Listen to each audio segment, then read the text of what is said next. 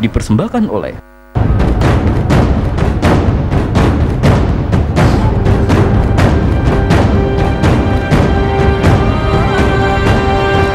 merupakan sebuah kenyataan bahwa hanya 2% orang yang bisa berhasil. Bagaimana dengan 98% lainnya? Sebagian besar dari kita tidak akan pernah merasakan apa itu arti sebuah kesuksesan. Dari kecil saya sudah tahu apa yang saya sukai, apa passion saya. Saya juga tahu apa yang ingin saya capai dalam karir saya. Saya lulus S1 2 tahun 8 bulan dan lulus S2 dalam kurun waktu 1 tahun dengan predikat cum laude. Saya berhasil menjadi seorang general manager ketika saya berusia 26 tahun. Ketika berusia 29 tahun, saya dipercaya untuk memimpin 3 perusahaan dengan total karyawan 500 orang. Semua orang pasti ingin sukses, tapi hanya mereka yang tahu apa saja yang dibutuhkan untuk sukseslah yang akan bisa mencapai arti sukses sesungguhnya. Saya memiliki misi to reach and inspire more Indonesian youth to be successful at their young age. Karena bagi saya, kalau bisa sukses di usia muda, kenapa harus nunggu tua? Saya, Billy Boon.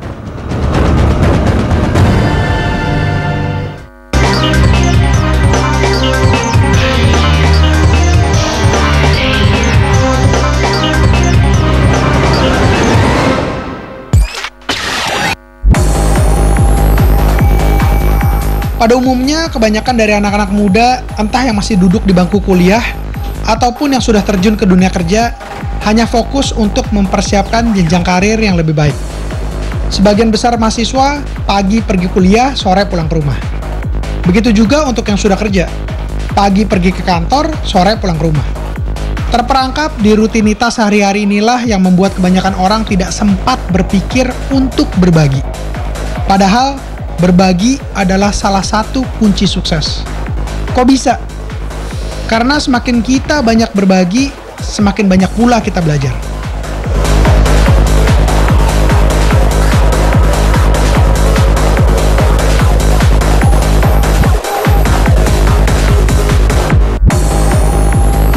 Sekarang saya sedang menuju ke Universitas Tarumanegara.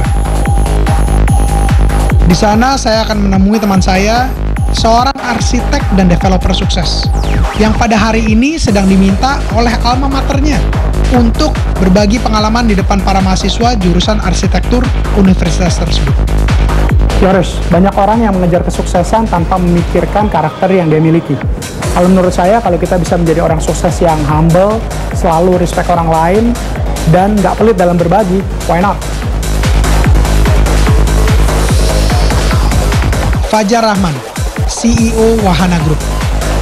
Apa yang menarik dari dirinya?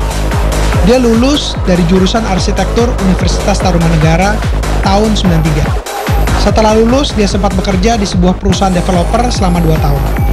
Tujuannya untuk mencari pengalaman. Namun setelah itu, dia memutuskan untuk membuka lapangan kerja untuk orang lain.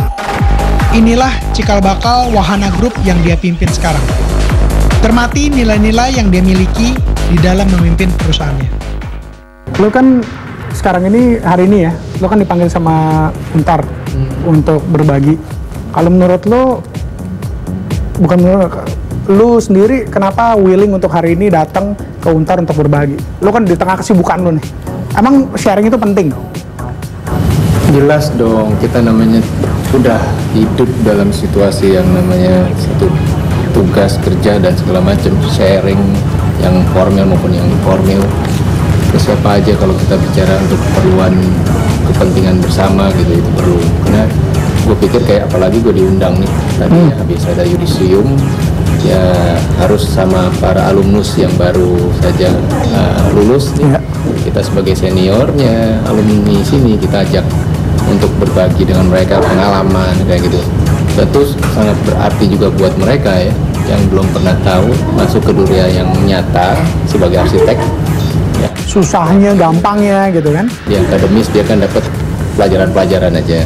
Okay. Sementara udah bagaimana dia menyiapkan diri setelah dia dinyatakan lulus, untuk kita-kita yang alumninya diajak untuk memberikan satu pengalaman di situ ya. Jadi kitanya juga bisa ngasih bantu pandangan-pandangan atau saran, dia juga melihat kita jadi sisi yang barunya juga bisa dipersiapkan. Oke, itu kan penting buat mereka, ya kan, untuk mendapatkan sharing dari orang-orang yang udah sukses. For yourself, Ya, apa untungnya gitu loh? Oh, udah buang kasarnya nih ya, ada orang mungkin gue udah minta begini, udah deh, oke, gue lakuin, tapi buang-buang waktu gue segala macam dan nggak sincere gitu. Nah, lu sendiri ketika diundang terus lu mau dan looks like you're happy gitu loh untuk ngebagiin your pengalaman ke mereka gitu. Untungnya apa? Iya, dilihat gue nyari untung atau gimana ya, gue sih benar-benar ngerasa dengan gue memberikan sesuatu, adanya pengalaman untuk didengar dan dibagi, untuk diceritakan sejauh itu, untuk kita juga positifnya ada ya, terpanggil lah paling nggak gitu kan.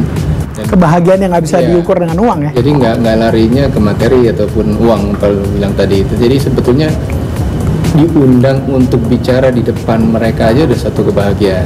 Oke. Ada keterhormatan diri kita di ya orang Diberikan kesempatan untuk berbagi ya. betul. Jadi senangnya lagi adalah memang kebetulan ini kampus sendiri, kita juga kan ada Kalau alumnus di sini, yang- oke. nah ini kan kita kan yang membesarkan kita juga. Jadi kita dari para dosen yang kemarin ini menyampaikan undangan ini juga, aku respect, langsung bilang oke, siap gitu ya. Bahkan itu juga diperlukan harus merubah-rubah jadwal di kantor dan di ini kita sendiri, tapi ini harus diisi gitu kan, untuk Oke. berbagi dan memberikan tambahan buat mereka yang tadi yang alumni yang baru mau lulus nih tadi gitu. Oke.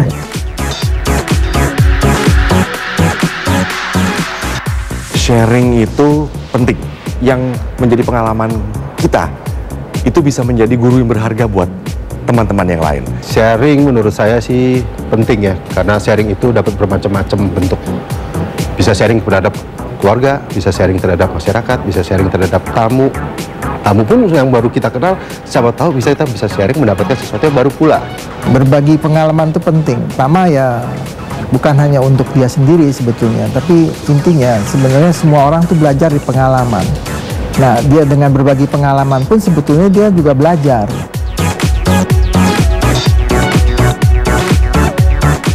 Tapi dalam sharing sendiri, your value sendiri, apa ya, nggak